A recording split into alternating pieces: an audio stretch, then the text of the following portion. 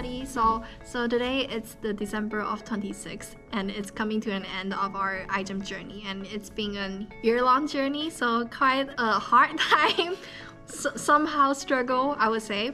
So today it will be a recap about our whole iGEM project, about what we have done and what we have been through, and a little bit recap about our financial issues. Yeah. And we will conclude it all. Okay, so our project is all about removing the color in the textile industry. Previously, we mentioned that we wanted to do something microplastic. I'm not sure about our previous videos content.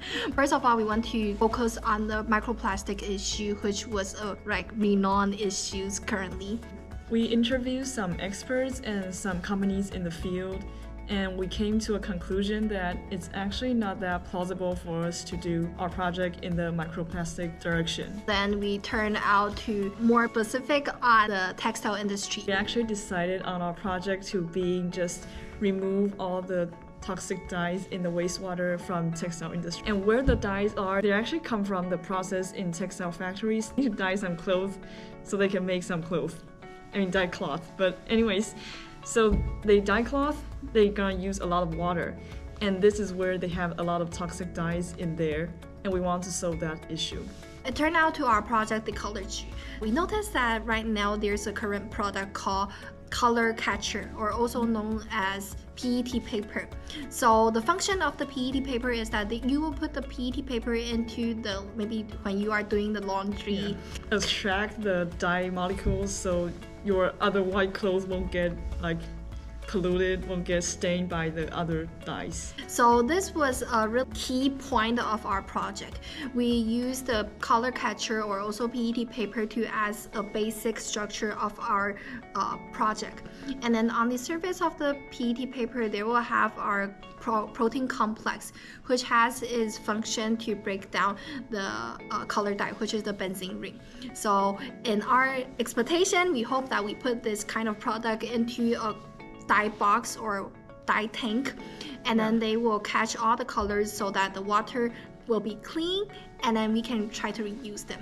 This was the main concept of our project. So basically it's like, first the PET paper, or the aka the color catcher, would attract the dye molecules, and then the protein complexes on the PET paper would then dissect, degrade down all these dye molecules.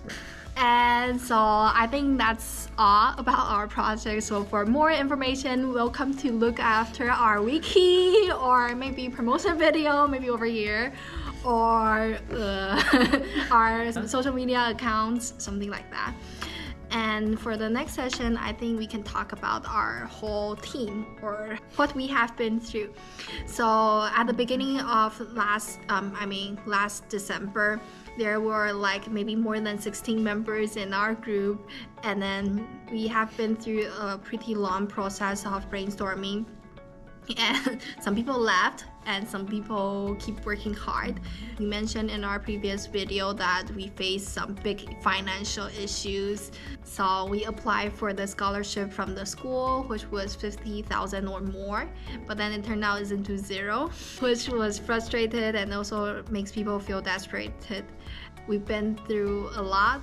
So how we face is that we reach out to different principals of different departments, and we try to work hard and ask for other resources. It turned out that there's 100K, right? Yeah, for instead of 500K, but I think it's a big process because it isn't enough money for us to go to the Paris by this limited amount of money.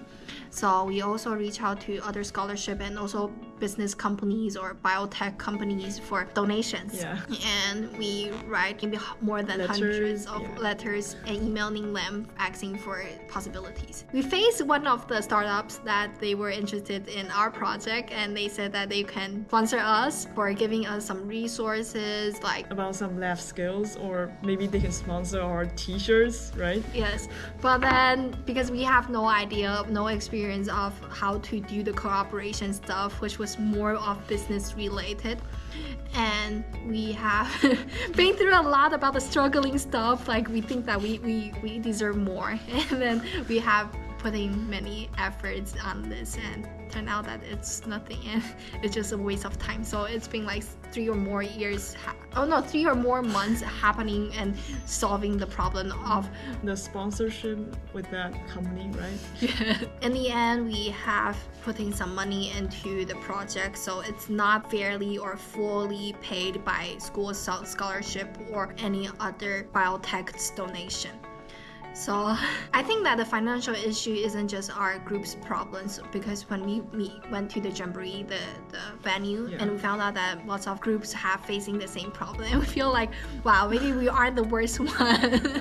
I feel like it's actually a very universal problem, unless you're in some high schools that they just fund you to do this specific competition. Yes. Yeah. So maybe it's also the thing that we should learn through iGEM's journey, or that's something that iGEM wanted us to learn. Right now we have been back to Paris for quite a while. It's like 2 or 3 months, 1 month or more. Yeah. I think the experience in France was totally different. I was so stunned by the venue, like how big the venue is. Like there is like 8,000 or more participants this year, and like 400 groups from like 44 countries, and it's just so amazing. Like you're using your foreign language to talk with others and to express different thoughts, even though we were at somehow the same age.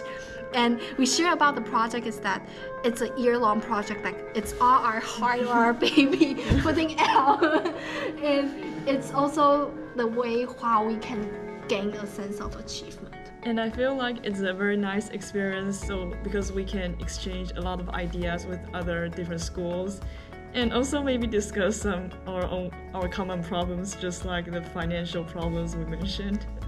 Yeah. So I think coming to an end, this was the end of 2023 iGEM Team CSMU. And I would say that this was a really unforgettable memory, and we struggled a lot, but also we learned a lot, and we precious every opportunities we have and the people we face during the whole journey. So